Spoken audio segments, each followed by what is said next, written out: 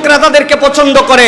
খুঁজে খুঁজে যাদের হাতে অস্ত্র, যাদের হাতে এই দেশকে অস্থিরতার বিভিন্ন আইটেম আমরা দেখেছি, তাদেরকে কখনো জঙ্গি বলা হয় না, শুধু ইসলামপন্থীদেরকে জঙ্গি বলা হয়। এটা একটা বিদেশি ষড়যন্ত্র, বাংলাদেশকে নতুন করে অস্থির করার তাদের পায়তারা, ঠিক কিনা? আমরা দ্ব্যর্থহীন কণ্ঠে বলে দিতে চাই, এই পায়তারার দিন শেষ। নতুন করে পায়তারা করবেন আপনারা, কিন্তু এর হারে হারে এর প্রত্যেকটা অপকর্মের রিয়াকশান কিন্তু পাবলিক থেকে পাবেন। কেন? আপনি দেখবেন বিদেশিরা এসে বলতেছে জঙ্গিবাদ কত হালকা করে দেখা উচিত নয়।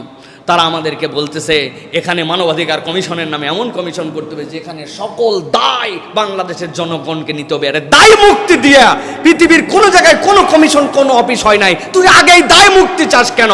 তার মানে তোর অপকর্ম করার নিয়ত আছে ভিতরে, ঠিক কিনা?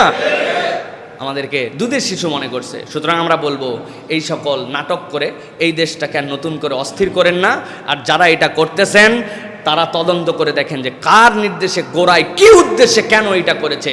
আমরা এই মামলা তো ইনশাআল্লাহ তারা টিকাতে পারবে না, কারণ এটা একটা সর্বস্বই মিথ্যা মামলা। কিন্তু কেন এটা করা হলো তার গোড়ার খবর আমরা জানতে চাই।